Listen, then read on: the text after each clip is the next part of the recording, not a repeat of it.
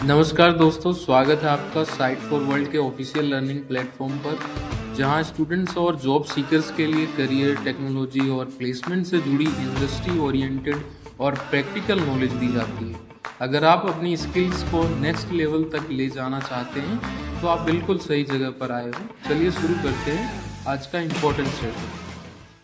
नमस्ते स्टूडेंट्स। आज का टॉपिक है वेब एक्सेसिबिलिटी, मतलब ऐसी वेबसाइट्स बनाना जिसे कोई भी सच में कोई भी बहुत आसानी से यूज कर सके।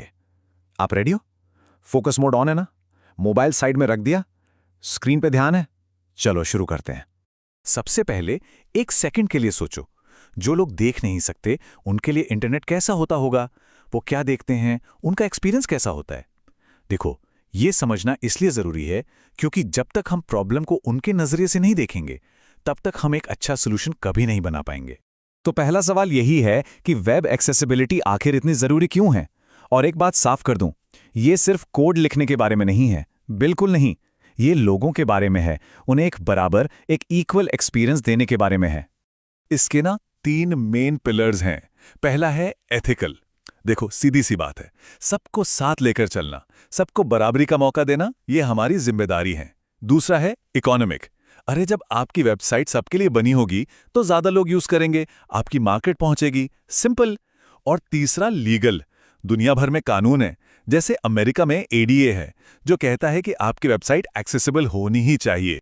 ठीक है, यहां तक समझ आ रहा है? ये जो 3 पिलर्स हैं, एथिकल, इकोनॉमिक और लीगल, इनका मतलब क्लियर है ना? बहुत बढ़िया। चलो अब आगे बढ़ते हैं। तो हमने प्रॉब्लम समझ ली, ये क्यों जरूरी है ये भी समझ लिया। अब आते हैं कैसे पर।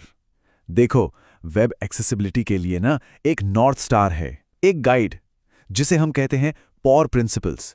ये 4 सिंपल से रूल्स हैं जो हमें हमेशा सही रास्ता दिखाते हैं। और ये जो पुअर प्रिंसिपल्स हैं, ये आते हैं WCAG से, यानी web content accessibility guidelines. Basically ये एक इंटरनेशनल रूल बुक है।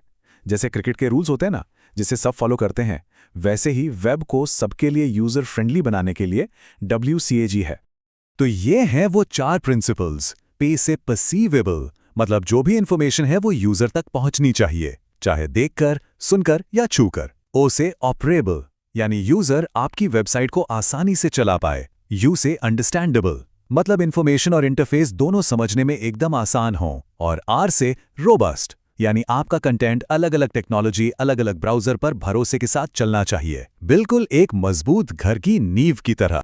1 मिनट रुको, इसका लॉजिक समझ आया या सिर्फ देख रहे हो? ये सिर्फ 4 शब्द नहीं है, ये पूरी एक्सेसिबिलिटी की आत्मा है। इन्हें महसूस करना बहुत जरूरी है। चलो, बहुत थ्योरी हो गई, अब आते हैं असली काम पर, प्रैक्टिकल चीजों पर। सबसे पहले बात करते हैं स्टैटिक कंटेंट की, जैसे कि इमेजेस और हेडिंग्स। इनको एक्सेसिबल कैसे बनाएं?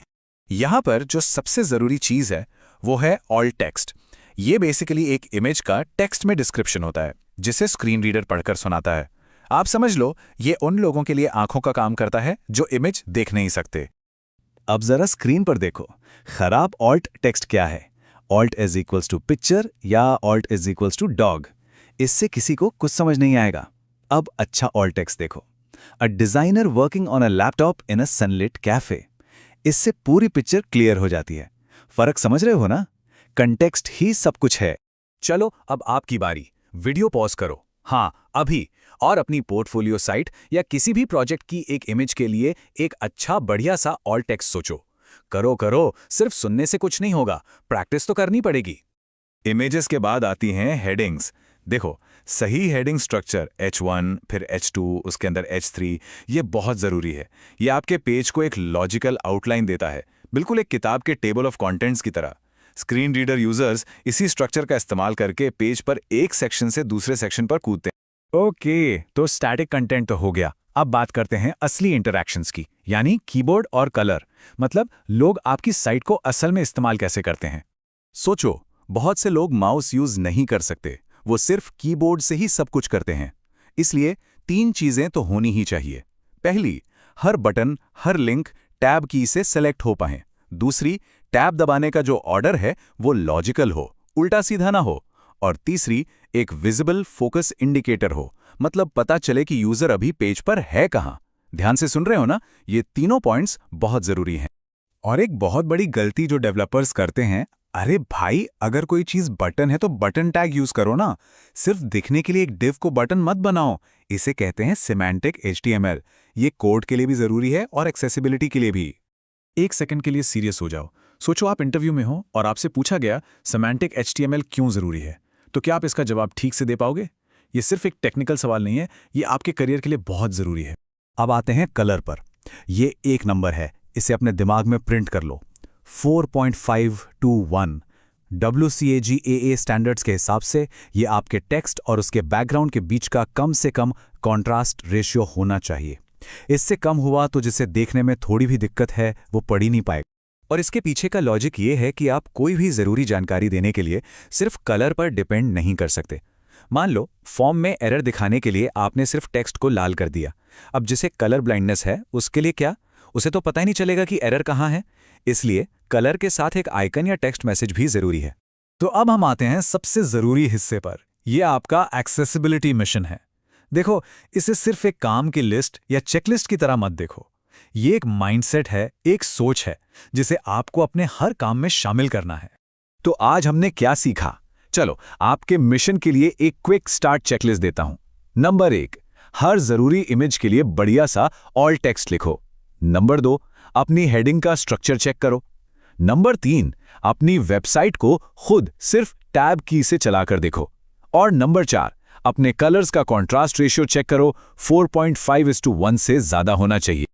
और एक बात हमेशा याद रखना, एक्सेसिबिलिटी कोई आखिरी स्टेप नहीं है जो काम खत्म होने पर किया जाता है। ये एक अच्छा डेवलपर या डिजाइनर बनने का एक बहुत जरूरी हिस्सा है। ये काम की शुरुआत से सोचना पड़ता है। तो इससे पहले कि आप आगे बढ़ें, मेरा आपसे आखिरी सवाल है, आज इस सेशन के बाद वो कौन सी एक चीज है जो आप अपने प्रोजेक्ट में आज ही बदलोगे? सोचो और उसे करो। चाहे छोटा सा ही बदलाव क्यों ना हो, शुरुआत करना सबसे जरूरी है। तो ये था वेब एक्सेसिबिलिटी का एक इंट्रोडक्शन। अब आपका काम है प्रैक्टिस करना, क्योंकि सिर्फ देखने से कुछ याद नहीं रहेगा। अगर कोई भी डाउट है तो नीचे कमेंट्स में जरूर पूछना। अगले सेशन में हम नेक्स्ट टॉपिक पर बात करेंगे। All the best and keep learning. तो हमारे चैनल को सब्सक्राइब कीजिए और वीडियो को अपने दोस्तों के साथ शेयर जरूर कीजिए। कमेंट सेक्शन में अपना डाउट या नेक्स्ट टॉपिक लिखना मत भूलिएगा।